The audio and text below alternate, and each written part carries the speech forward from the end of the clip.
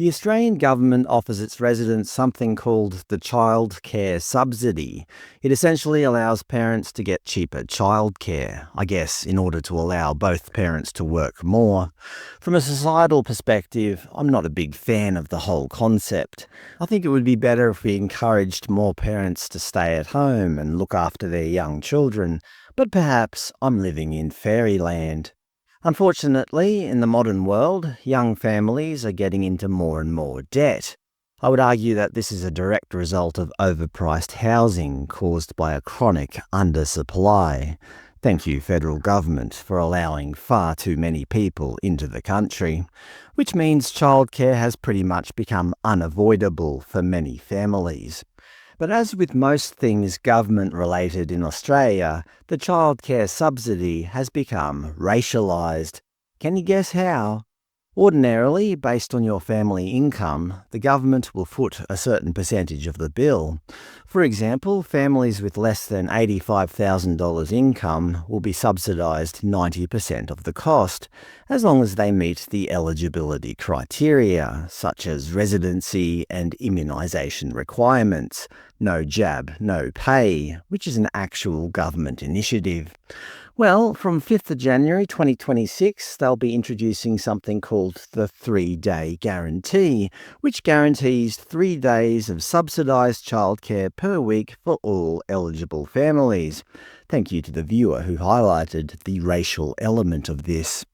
They write, "What are the changes for First Nations children?" I don't know. Please tell me. The core difference is this. From 5th of January 2026, all CCS eligible families can get at least 72 hours of subsidised childcare per fortnight. However, families can get 100 hours of subsidised childcare each fortnight for each child if they are caring for an Aboriginal and/or Torres Strait Islander child.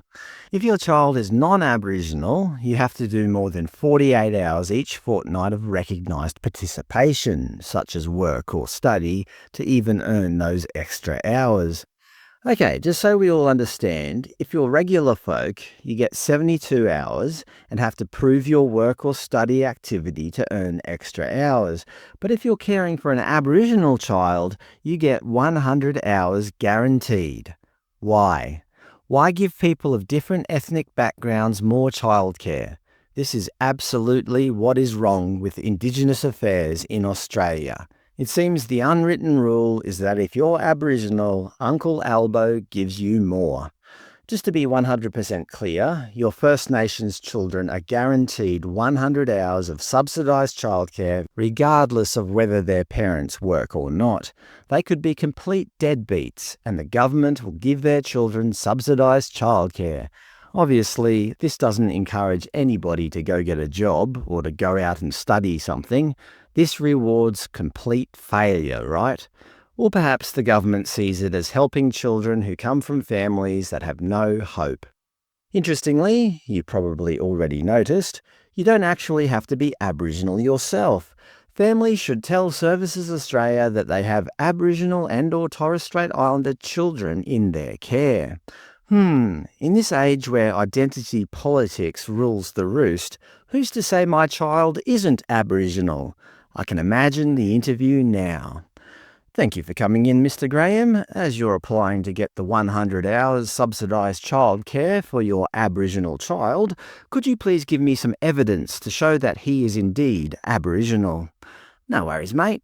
As you can see, he 100% identifies as an Aboriginal baby.